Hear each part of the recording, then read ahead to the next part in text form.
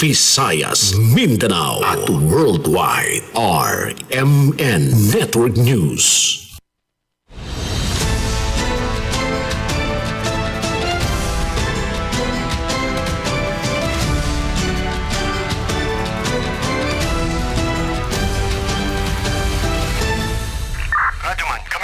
Live mong napapakinggan Radyoman, sa live Luzon, dito. Visayas, Mindanao. Narito na ang mahahalagang kaganapan sa loob at labas ng bansa. Unang-una mong Sa narinig bayan na po tayong napapakinggan sa 65 RMN stations nationwide. Nandito tayo ngayon sa Ilagang Signal TV, Channel 309. Aris, nagapon kita diri. At sa WRMN, New York, USA. Wala pang ibang reporter dito. Napapanood din tayo sa YouTube at Facebook channel ng RMN Worldwide. Mula po sa RMN Broadcast Studios, Atlanta Center, Manila. Narito ang inyong kasamang tagapagbalita. RMN Network News. Magandang hapon mga kasama, ako si Radyoman Jenny Pahilanga. Araw tayo ngayon ng Sabado, March 7, 2026. At narito na ang ulo ng mga may init na balita sa RMN Network News. Pamamahagi ng fuel subsidy para sa mga operator na maapektuhan ng big-time oil price hike. Go signal na lang ang hinihintay ayon sa LTFRB. Vice President Sara Duterte nanawagan sa publiko na magtipid sa pagkonsumo ng kuryente at langis. Mga alternatibong hakbang para maibsan ang epekto nito inilatag. Nais kong ipaalam sa inyo, hindi kayo nag-iisa. Tayong lahat ay dadaan sa paghihirap na ito. Israeli forces muling umatake sa Iran, airport sa Tehran, pinulbos ng bomba. US President Donald Trump hindi makikipagnegosasyon sa Iran. Hiniling ang unconditional surrender. Suspect sa pamamaril sa isang basketball court sa Parañaque na aresto na. Suspect na ingayan kaya namaril. Lumalabas na naipon na sama ng loob nang nagkaroon siya ng tiyempo sa kanya ginawa ang insidente. Sa Davao City, 8 miyembro ng demolition team arestado matapos magnakaw ng mga gamit sa kasagsagan ng demolisyon. At sa ating sports, pinakamalaki at kauna-unahang Negros Island Regional Athletic Association meet formal na nagtapos. At sa ating showbiz, asawa ng aktor na si Nico Natividad nagsalita ng kaugnay ng kinasasangkutang sex video scandal ng aktor. RMN Network News. Mga kasama sa detalye ng ating mga balita, hinihintay na lamang ng Land Transportation Franchising and Regulatory Board o LTFRB ang go signal para maipatupad ang fuel subsidy sa mga operator ng public utility vehicle. Sinabi ni LTFRB Chairman Vigor Mendoza II na inaayos na lamang nila ang sistema dahil maraming mga operator ang wala pa ring ATM card kung saan idinadaan ang ayuda. Kailangan anyang matiyak na walang may iwan sa pamamahagi ng naturang tulong. Sa pagtaya ng LTFRB, aabot sa 2.5 billion pesos ang kauna-unang kabuuang halaga ng fuel subsidy. Ipagkakalob ito oras na sumampa sa $80 per barrel ang presyo ng langis sa world market. Kaugnay nito, sinabi ni Mendoza na bukas ang kanilang tanggapan sa posibilidad na aprubahan ang provisional fare hike kapag umabot sa 60 pesos ang kada litro ng produktong petrolyo. RMN Network News. Inilatag ni Pangulong Ferdinand Bongbong Marcos Jr. ang ilang hakbang para maibsan ang epekto ng inaasahang pagtaas ng presyo ng langis dahil sa tensyon sa Middle East. Ayon sa Pangulo, naghahanda na ang gobyerno ng mga konkretong hakbang upang maprotektahan ang mga Filipino sa posibleng pagtaas ng presyo ng petrolyo.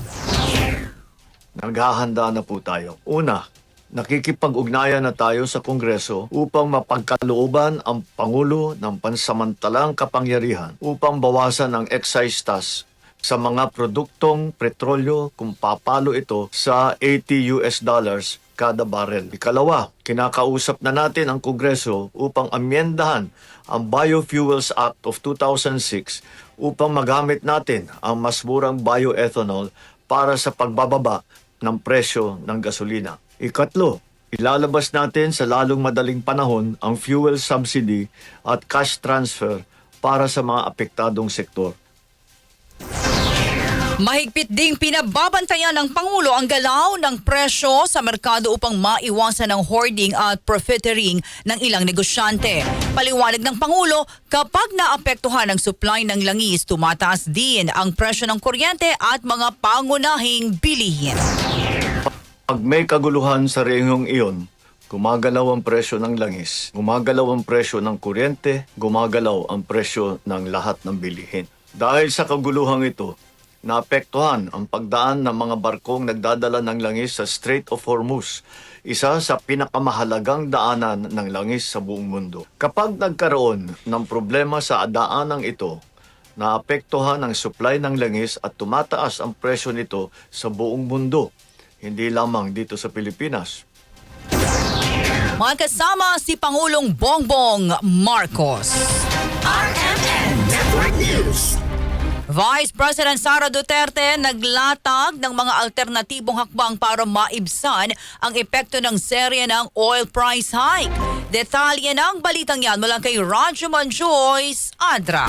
RMN Live Report. Hinimok ni Vice President Sara Duterte ang mga kinaukulang ahensya ng pamahalaan na bantayan ang presyo ng langis at epekto nito sa pangunahing bilihin at transportasyon. Ayon kay VP Sara, batid niyang lahat ay epektado ng krisis sa supply ng langis, kaya mahalaga ang pagtitipid sa paggamit ng enerhiya tulad ng pag-carpooling, bisikleta at ayusin ang schedule ng lakad upang mabawasan ang madalas na pagbiyahe. Sinabi ni VP Sara na dapat ding mahigpit na ipatupad ang mga hakbang laban sa hoarding at labis na taas presyo. Hinimok rin ng Pangulo ang mga lokal na pamahalaan na iwasan muna ang mga non-essential na mga aktibidad na gumagamit ng langis tulad ng parada sa festival. Mahalaga rin anya ang pagbuo ng komite para mabantayan ang presyo ng bigas, mantika, pamasahe at iba pang pangunahing bilihin na apektado ng langis. Dapat din anyang palakasin ang suporta sa lokal na magsasaka at ang maliliit na supplier at bawasan muna pag-asa sa imported na produkto. Bumuo ng komite para bantayan ang presyo ng bigas, mantika, pamasahe at iba pang pangunahing bilihin na apektado ng langis at bigyan ng maagang abiso ang mga mamimili at negosyante sa pagtaas ng presyo. Magbahagi ng impormasyon sa pagbabago ng presyo at turuan ng pamilya ng praktikal na hakbang sa pagtitipid, tulad ng pagbawas ng paggamit ng sasakyan at kuryente. Palakasin ang suporta sa lokal na magsasaka at maliliit na supplier upang mabawasan umasa sa imported na produkto para makapagbigay ito ng buffer sa biglaang pagtaas ng presyo. Magpalabas ng mga orders sa pagtitipid sa LGU na susundin ng lahat ng opisina kasama na ng barangay. Bilang individual na mamamayan, ang mga sumusunod ay iilan lamang sa mga pwedeng gawin na makakatulong sa ating pamilya. Bigyang prioridad ang pangunahing bilihin at planuhin ang budget ng pamilya. Bumili muna sa lokal na produkto upang palakasin ang lokal na ekonomiya at mabawasan ang epekto ng pagtaas ng langis. Idinagdag ni VP Sara na mahalaga ang pagbibigay ng advisory sa fuel efficient na distribution ng pagkain at insentibo sa mga pampublikong transportasyon. Kasama mo sa DZXL Manila, Radyo Man Joyce Coriantas Adra, Tatak RMN. RMN Network News. Hinihintay pa ng Department of Energy o DOE ang desisyon ng mga kumpanya ng langis sa planong staggered o utay-utay na pagpapatupad ng dagdag presyo sa mga produktong petrolyo sa susunod na linggo. Ayon kay Attorney Rino Abad, ang Director ng Oil Industry Management Bureau ng Department of Energy, pinag-aaralan pa sa ngayon ng mga kumpanya ng langis ang galawan sa presyohan sa world market. sa pakikipag-ugnayan nila sa mga oil company, nakadepende ang pagpapatupad kung magiging malaki ang pagtaas sa presyo ng petrolyo at kung maliit lamang posibleng 2 beses lamang sa loob ng 1 linggo ito ipatutupad. Batay sa 4 na araw na kalakalan sa world market, tumaas pa ang presyo ng produktong petrolyo. Sa pagtaya, ang pagtaas sa diesel ay maaring umabot sa 18 pesos kada litro, sa gasolina na nasa 8 pesos kada litro at ang kerosene ay nasa 33 pesos kada litro. Sa Lunes, March 9, iaanunsyo ng mga kumpanya ng langis ang pinal na price adjustments na ipatutupad sa araw ng Martes, March 10. RMN Network News. Pangulong Bongbong Marcos nagbabala sa mga negosyanteng mananamantala sa gitna ng krisis sa langis. Detalye ng balitang yan mula kay Rajaman Chanel Salazar. RMN Live Report. May babala si Pangulong Ferdinand Marcos Jr. sa mga negosyante at traders na mananamantala sa gitna ng tumataas na presyo ng langis dahil sa tensyon sa Middle East. Ayon sa Pangulo, patuloy na minomonitor ng pamahalaan ang galaw ng presyo ng mga pangunahing bilihin sa mga pamilihan upang matiyak na walang nagsasamantala sa kasalukuyang sitwasyon. Mahigpit din anyang pinagbabawal ng batas ang hoarding at profiteering, kaya inaasahan ng gobyerno na magiging responsable ang negosyante sa pagpipresyo ng kanilang mga produkto. Tuloy na minomonitor ng pamahalaan ang presyo ng mga bilihin sa mga pamilihan upang matiyak na walang mananamantala sa sitwasyon na ito. Nakikiusap ako sa ating mga negosyante at mga trader, huwag ninyo sanang samantalahan ang sitwasyong ito. Pinapaalala ko sa lahat na ang hoarding at ang profiteering ay labag sa batas. Paliwanag pa ng Pangulo, kapag may tensyon sa rehiyon, agad na naapektuhan ng supply ng langis, lalo na kapag nagkakaproblema sa pagdaan ng mga barkong may kargang langis sa Strait of Hormuz na isa sa pinakamahalagang ruta ng langis sa buong mundo. Dahil dito, domino anya epekto sa presyo ng kuryente at iba pang bilihin na umaabot hanggang sa mga pamilihan sa Pilipinas. Kasama mo sa DZXL RMN Manila, Rajuman Chanel Salazar, Tatak RMN. RMN Network News. Mahigpit na fuel conservation method ipinatupad sa Kawayan City, Isabela. Detalye ng balitang yan mula kay Idol Syra Kuntapay ng IFM Kawayan. RMN Live Report. Naglabas na ng kautusan si Kawayan City Mayor Cesar JCD Jr. kaugnay sa pagpapatupad ng fuel conservation method sa lungsod alinsunod sa Executive Order No. 20 Series of 2026. Ang kautusan ay pinasa kaugnay pa rin ng tumitinding tensyon sa Middle East na naglalayong mabawasan ng hindi bababa sa 50% ang fuel consumption sa mga departamento, opisina at iba pang mga tanggapan. Sa ilalim ng naturang kautusan, inaasahang ipatutupad ang mga hakbang tulad ng pag-minimize o pagsuspinde ng non-official travel, mahigpit na paggamit ng government vehicles para lamang sa official purposes, pagsasagawa ng virtual meetings kung maaari at pagpapatupad ng electricity conservation measures sa mga opisina maliban na lamang sa mga emergency services tulad ng pulisya, bumbero, ambulansya, disaster response, koleksyon ng basura at traffic management. Ayon sa pamahalaang lungsod, ang mga nasabing hakbang ay upang matiyak ang sapat na supply ng enerhiya at mabawasan ang epekto ng tumataas na presyo ng langis sa bansa. Ang mga lalabag sa utos ay mahaharap sa administrative sanctions. Kasama na rito ang fuel privileges at iba pang mga parusa sa ilalim ng civil service rules. Mananatiling epektibo ang kautusan habang hindi pa humuhupa ang tensyon sa nasabing mga bansa. Kasama mo sa 98.5 IFM Kawayan Idol Zaira Kuntapay, Tatak RMN. RMN Network News. Naglabas ng abiso ang Department of Energy sa lahat ng ahensya ng gobyerno na magpapatupad o magpatupad ng pagtitipid sa kuryente at enerhiya. Bahagi ito ng hakbang ng pamahalaan para mabawasan ang epekto ng pinangangambahang lalo pang pagtaas sa presyo ng langis dahil sa gulo sa Middle East. Sa inilabas na advisory ng DOE, inaatasan ang lahat ng tanggapan na magpatupad ng sleep setting sa mga office equipment, pagpatay sa mga ilaw at mga computer tuwing lunch break matapos ang oras ng trabaho, pananatili ng temperature ng air condition unit nang hindi bababa sa 24 degrees Celsius at paggamit ng mga energy efficient technologies gaya ng LED lights at inverter. Kasama rin sa kautusan ang pagpapatupad ng flexible working schedule. Sinabi ni Energy Secretary Sharon Garin, kailangan ng simulan ng gobyerno ang pagtitipid upang maging halimbawa sa ibang sektor at pribadong kumpanya. RMN Network News. Mga kasama sa pinakahuling pong pangyayari sa Middle East, naglunsad ng panibagong pag-atake ang Israel sa Tehran, ang kapitolyo ng Iran. Pangunahing binomba ang Israeli military ang Mehrabad Airport, isa sa pinakamalaking paliparan sa bansa. Umatake naman ang Iranian forces sa Tel Aviv sa Israel bilang ganti sa panibagong pambobomba sa kanilang bansa. Inanunsyo rin ng Saudi Ministry of Defense na may 4 na drones ang kanilang na-intercept patungo ng Shaiba Oil Field, ang pinakamalaking oil refinery sa bansa na malapit lamang sa border ng Abu Dhabi. Kaugnay nito nanindigan si US President Donald Trump na walang mangyayaring negosasyon sa Iran hanggat walang unconditional surrender at pagpapalit ng liderato sa naturang bansa. Nagpahiwatig din si President Trump sa nasusunod na kanyang agenda ang bansang Cuba pagkatapos ng gyera sa Iran.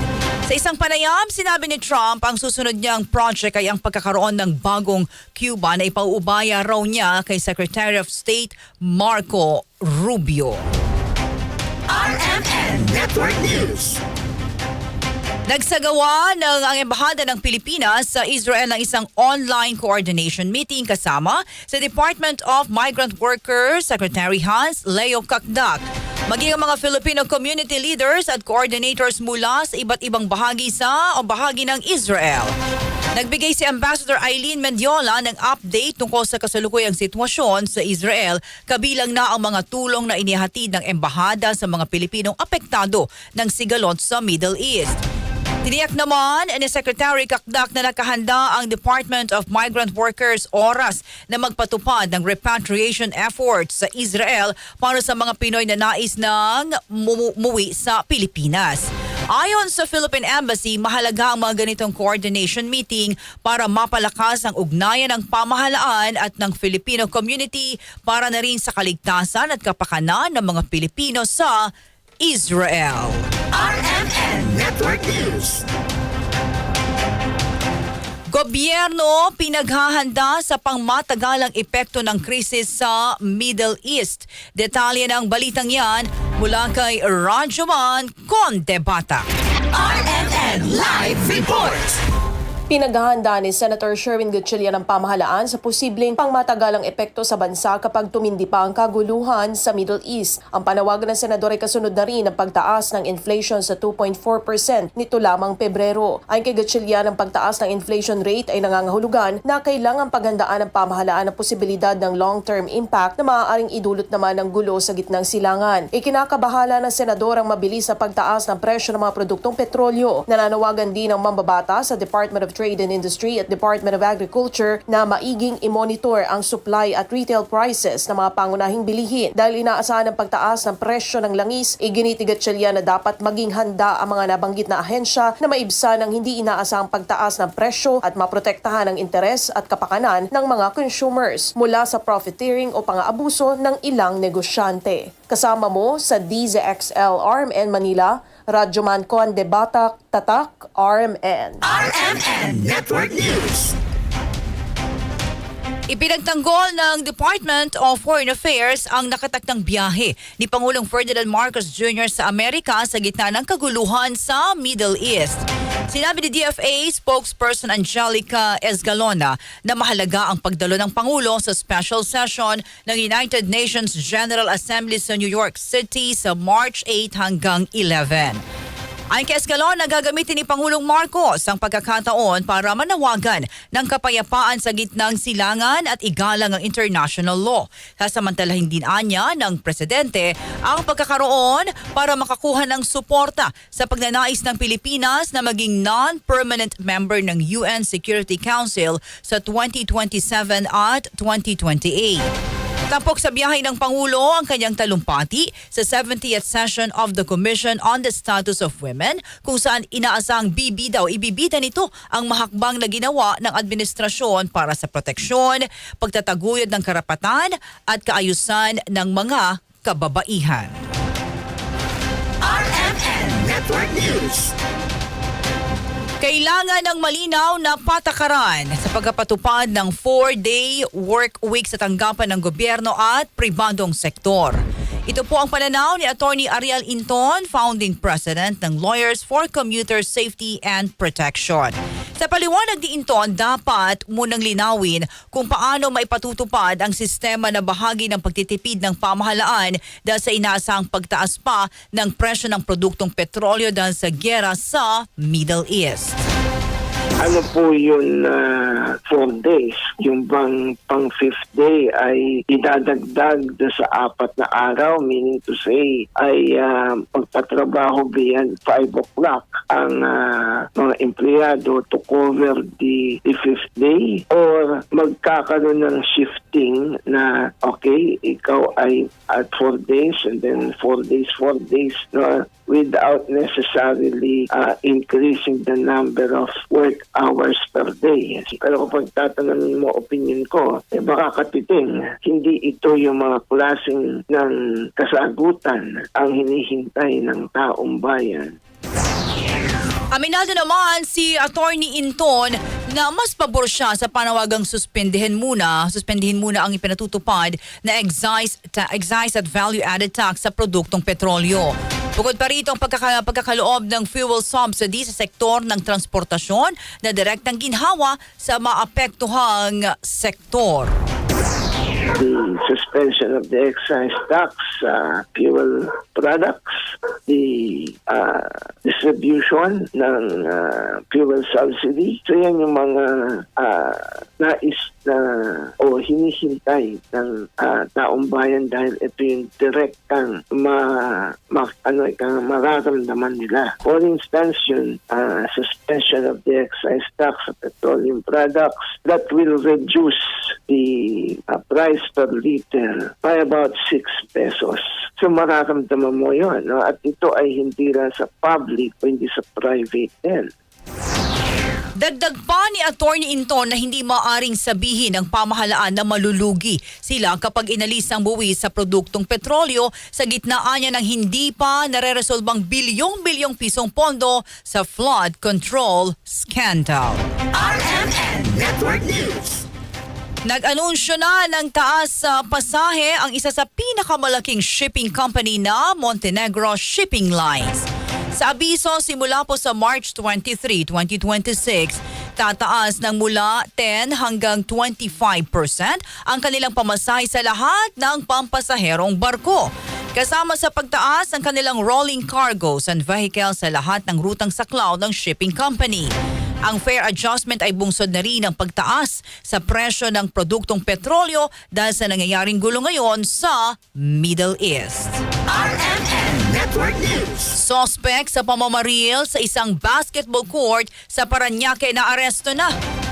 Detalye ng balitang yan, marami pa po dito lamang sa RMN Network News.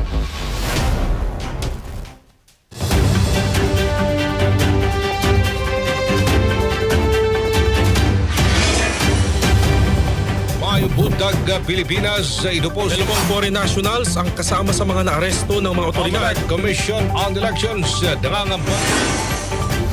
Narito ang ulo ng mga mainit na balita. Ako si Jenny Pahilanga. Magbabalik ang RMN Network News. Kahit saan, kahit kailan, RMN Network News ang kasama mo. Kapag may kaganapan, agad namin itong ihahatid sa inyo. Mabilis, malinaw, at mula sa mapagkakatiwalaang newsroom sa buong bansa. Luzon, Visayas at Mindanao, lahat ng balita nandito. Mag-subscribe sa www.youtube.com/@RMN NetworkNewsPH @RMN Network News PH at panoorin ang latest updates sa RMN Network News YouTube channel. RMN Network News, balitang sigurado, balitang totoo. RMN Network News. Sa pagkapatuloy ng ating mga balita, inulan ng batiko sa social media sa Senator Jinggoy Estrada kasunod ng mungkahi nito kay Senator Kiko Pangilinan na mag-apply na Filipino boyfriend ng Gilas Women prospect na si Elizabeth Means. Nangyari ito sa hearing ng Senate Committee on Justice and Human Rights noong March 3 para sa naturalization ng manlalaro. Your Filipino boyfriend? No? Not yet po. Maybe Senator Pangilinan might want to apply. Sorry to kay Sharon. Gagalit yung command. Samantala, sa isang statement kagabi, sinabi ni Estrada na walang mali siya ang kanyang tanong. Friendly banter lang daw nila yon ni Pangilinan at matagal na niyang kaibigan ang misis nitong si Sharon Cuneta. RMN Network News. Hindi suportado ng grupong August 21 Movement o ATOM ang pakikipag-alyansa ng mga tinaguriang dilawang politiko sa administrasyon ni Pangulong Bongbong Marcos. Nanindigan ng grupo na pairalin nila ang pagiging oposisyon sa gobyerno at hindi magpapadala sa anumang pag-uudyok ng pakikipag-alyansa. Dagdag pa ng grupo, hindi napapanahon para pag-usapan ang anumang plano sa 2028 national elections. Dapat anyang mas tutukan muna ngayon ng pamahalaan ang paghanap ng solusyon sa mga problemang kinakaharap ngayon ng bansa. Lumutang ito matapos ang naging pahayag noon ni Vice President Sara Duterte sa pagtakbo niya bilang Pangulo ng Pilipinas sa 2028. RMN Network News. Kaligtasan ni Ramil Madriaga dapat tiyakin lalo't isa ito sa mga pangunahing testigo sa impeachment proceedings laban kay Vice President Sara Duterte. Detalye ng balitang yan mula kay Rajuman Grace Mariano. RMN Live Report. Nananawagan si House Assistant Majority Leader Atlano del Sur, Representative Zia Alonto Adjong sa mga security agencies na tiyakin ang seguridad at kaligtasan ni Ramil Madriaga na isa sa mga pangunahing testigo sa impeachment proceedings laban kay Vice President Sara Duterte. Hiling ito ni Adjong makaraang mapaulat na may nagtangka umano sa buhay ni Madriaga habang ito ay nakakulong sa BJMP facility sa Taguig at may nagpapahiwatig rin dito na ng pagsusuhol kapalit ng hindi niya pagtestigo laban kay VP Duterte. Ang mga aligasyon ni Madriaga laban kay VP Sara ay kasama sa mga nakapaloob sa impeachment complaints na nakatakdang busisiin ng House Committee on Justice para tukuyin kung may probable cause at dapat iakyat sa Senado na siyang impeachment court. Base sa sinumpaang salaysay ni Madriaga ay kinukuha umano nila ang milyones na intelligence at confidential funds para dalahin kay VP Duterte. We really have to appeal to our security agencies, especially the one that is handling in custody the personality of Madriaga to make sure na safe naman siya. No? Na nothing would ever happen to him, especially now that the impeachment complaint against the Vice President is proceeding. No? So very critical kasi din yung yung testimony niya, yung affidavit na ginawa niya doon sa, kung di ako nagkakamali, sa third and fourth impeachment complaint. So it is incumbent upon our security agencies to make sure that Madriaga will not be, will be safe, no?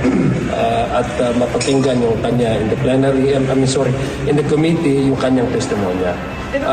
Representative Zia Alonto Adjong. Kasama mo sa DCXL, RMN Manila, Radyoman Grace Mariano, Tatak RMN. RMN Network News. Nagbabala ang Philippine National Police Anti-Cybercrime Group sa publiko sa mga naglipa ng vacation scam online. Ayon kay PNP Anti-Cybercrime Group spokesperson Lieutenant Wallen May Arancilio, sinasamantala ngayon ng mga scammers ang panahon ng bakasyon para mambiktima. Kabilang sa pinag-iingat sa publiko ang mga mapanlinlang na mga post online na nag-aalok ng murang vacation package. Kadalasan gumagamit ng mga grab photos o nakaw na larawan ng mga lehitimong resort para mapanghikayat o makapanghikayat ng customers.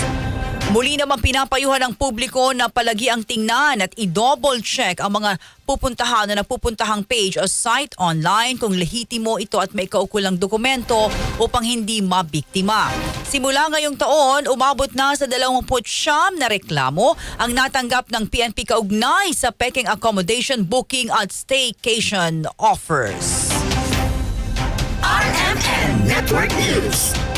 Kasama ang kapitan ng MV Tricia Kirsten 3 sa mga nasawi sa paglubog ng barko sa Basilan noong Enero. Taliwas ito sa kumalat na ulat na tumakas ang ship captain ng lumulubog ang barko. Sa pag-usuri sa pagkakakilala ng isa sa 7 mga bangkay na na-recover mula sa barko, nakilala ang isa sa mga ito na si Captain Sonny Secuban, ang kapitan ng MV Tricia. Natukoy ng police forensic experts ang identity ng bangkay gamit ang DNA sample simula sa kaanak ni Secuban. Upang lalo pa itong makumpirma, ikinumpira ito sa DNA samples mula naman sa anak na lalaki ng kapitan na si Sunny J. Secuban.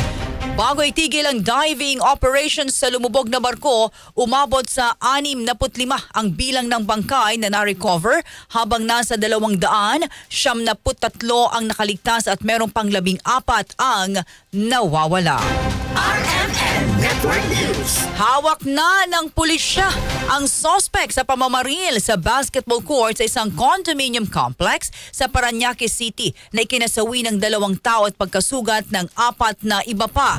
Naaresto ang 59 na taong gulang na suspect sa isang condominium sa Moonwalk Biyernes ng gabi at agad isinailalim sa medical check-up. Ayon sa NCRPO, nakumpiska sa suspect ang 2 baril, 4 na magazines at ilan pang mga bala. Kinumpirma rin ng Southern Police District na may warrant of arrest ang suspect sa Taguig City Regional Trial Court dahil sa kasong pagpatay noong June 2023. Nangyari ang pamamaril habang naglalaro ang basketball ng grupo ng mga kalalakihan sa basketball court ng Azure Condominium sa Parañaque Miyerkules ng gabi na ikinasawi ng 2 katao habang 4 ang sugatan. RMN Network News. Suspect sa condo shooting incident sa Parañaque City. Naingayan sa biktima kaya niya ito binaril. Detalye ng balitang yan mula kay Ranjuman Gerald Ulep. RMN Live Report. Naipong galit ang posibleng dahilan ng suspect sa pamamaril sa loob ng isang basketball court sa Azure Urban Resort Residences noong Miyerkules. Ayon kay National Capital Region Police Office Chief Police Major General Anthony Aberina, makailang beses na rin sinita ng suspect na si William de Guzman ang biktima dahil sa ingay nito sa kanyang unit. Anya noon pang nakarang taon, may alitan ang 2 at uminit lamang ngayong buwan ng Marso. Lumalabas na naipon na sama ng loob nang nagkaroon siya ng tiyempo sa kanya ginawa ang insidente. So, parang gano'n na po yung lumalabas. Una, tapos may pagkakataon siya. Ayun po yung kasama rin po sa investigation natin. Pero we have to understand, may mga tao po talaga atang human nature na may mga tao po ganyan na nagre-resort sa violence pag may mga simpleng kung minsan nga, kung masigo ka lang ng konti, it will resort to violence. Parang ganun po. Samantala, para naman kay Colonel Nicolas Piñona, ang Chief of Police ng Parañaque City Police, palaisipan ngayon sa PNP kung sino at bakit hinahanap ng 59 years old na suspect ang isang babae dito sa biktimang kanyang binarila. Maliban sa ingay, may babae rin anyang hinahanap ang suspect sa biktima na si Miss Palaka. Dahil ito inireport ng biktima sa security guard ang insidente bago naganap ang pamamarila na ikinamatay ng 2 katao. Natok niya na yun nga, yung ingay at may hinahanap po siyang babae. So, nag-report itong biktima nung pagkatapos ng insidente na nag-report siya sa security and then naulit po ito mga last week din ng February itong tweet. Sino pa yung hinahanap na babae? Allegedly, nakalagay lang doon sa incident report ng ating security is Miss Palaka lang nakalagay doon. Bakit niya hinahanap po sa unit? Yun nga, so hindi maintindihan ng biktima natin, kaya ni-report po niya sa security. Yan ang sunurang tinig ni na NCRPO Chief Police Major General Anthony Aberina at Colonel Nicolas Piñon, ang Chief of Police ng Parañaque City, sa pagtatanong ng DCXL RMN Manila sa isinagawang press conference kanina. Samantala, sa sampahan na ng kaso itong suspect ng 2 bilang ng kasong murder sa Parañaque City Prosecutor's Office. Kasama mo sa DCXL RMN Manila, Radyo Man Gerald B. Ulep, Tatak, RMN. RMN Weather Report. Mga kasama, 20 weather system ang makakaapekto sa bansa sa susunod na 24 oras. Ayon sa Pag-asa, mararamdaman pa rin ang northeast monsoon o amihan sa malaking bahagi ng northern Luzon. Makakaapekto naman sa ibang bahagi ng bansa ang easterlies o hangin na galing sa Pacific Ocean. Asahan naman ang mga pag-ulan sa Batanes at Babuyan Islands dulot ng amihan at maulap na papawirin na may kalat-kalat na pag-ulan ang mararanasan sa Apayao at mainland Cagayan. Bahagyang maulap naman na himpapawid na may panakanakang pag-ulan ang mararanasan naman sa Ilocos Region, ibang bahagi ng Cordillera Administrative Region, bahagi ng Cagayan Valley at maging sa Metro Manila.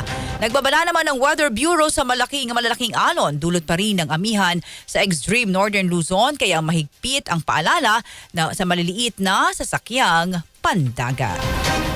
RMN Network News.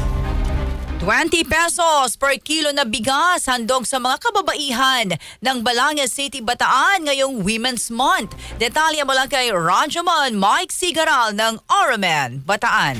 RMN Live Report.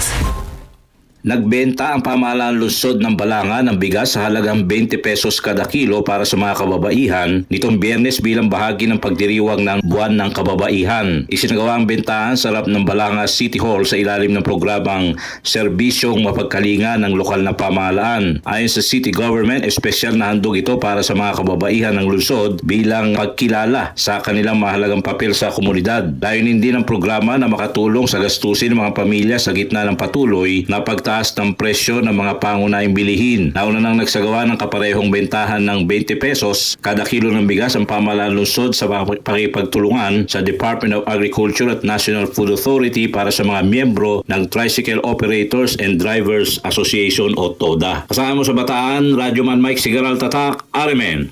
RMN Network News. Sa Davao City, 8 miyembro ng demolition team arestado matapos magnakaw ng mga gamit sa kasagsagan ng demolisyon. Detalye ng balitang yan mula kay Rajaman Karen Beltran ng RMN Davao. RMN Live Report. Nasa kustodiya na ng Talomo Police Station 3 Davao City ang 8 miyembro ng demolition team matapos umano silang mahuling kumukuha ng mga gamit. Nangyari ito sa isinagawang demolition operation sa Lastima Compound, Matina Crossing, Barangay 74-A Davao City noong March 6, 2026, araw ng Biyernes. Batay sa ulat na natanggap ng DXDC News Team mula sa Davao City Police Office, naaktuhan umano ng mga pulis na kumukuha na ilang gamit mula sa ginibang estruktura ang mga individual. Nang suriin ang mga bag na dala ng mga suspect, na-recover ang copper wires, jacket at iba't ibang uri ng damit. Sa kasalukuyan, inihahanda na ang kasong theft o pagnanakaw na isasampa laban sa mga naaresto. Kasama mo sa DXDC RMN Davao, Radyoman Karin Beltran, Tatak RMN. RMN Balitang Sports. Pinakamalaki at kauna-unahang Negros Island Regional Athletic Association meet formal na nagtapos. Detalye ng balitang yan mula kay Rajaman Albert Hiner ng RMN Bacolod. Formal na nagtapos ang pinakamalaki at pinakaunang Negros Island Regional Athletic Association Meet at tinawag na Smashing Success first ever NIRAM. Ito ang masayang pinahayag ni NIR Deputy Regional Director Dr. Ramel Oiteco sa pagtapos ng NIRAM na nag-umpisa noong Marso 1 kasabay ng pagpapasalamat sa Host Division of Bacolod dahil walang malalaking problema na nangyari sa halos isang linggo na sporting event. Saludo naman ito sa lahat ng mga coaches at technical officials na humubog sa mga student athletes para harapin ang nakambang na 2026 palarong pambansa.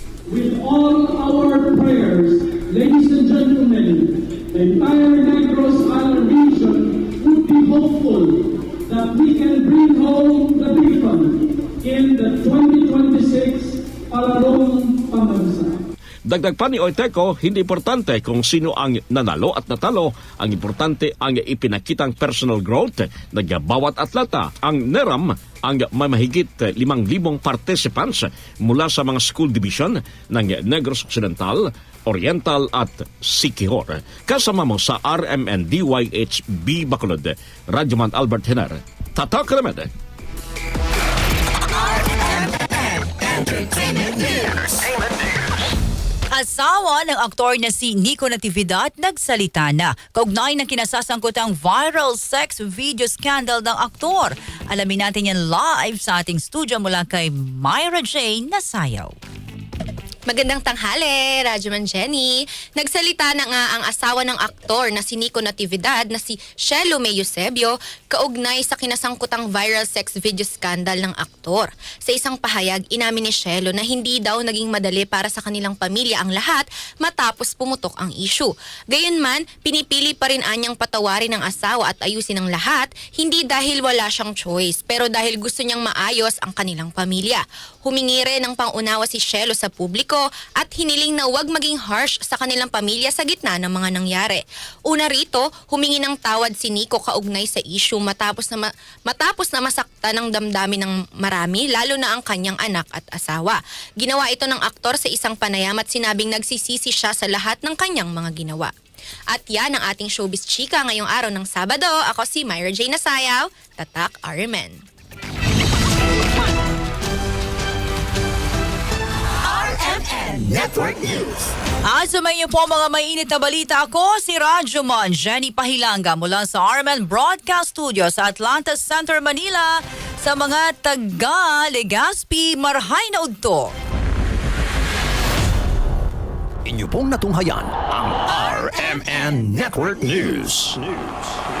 Malaki ang tumutok para huwag mahuli sa maiinit na mga balita at impormasyon. Reaching millions nationwide and worldwide for more than 70 years.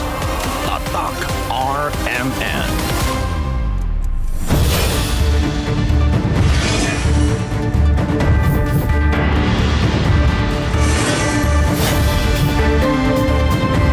Ako po, si Radyoman Angel Garcia, magbabalik ang RMN Network News sa Lunes alas 7 ng umaga.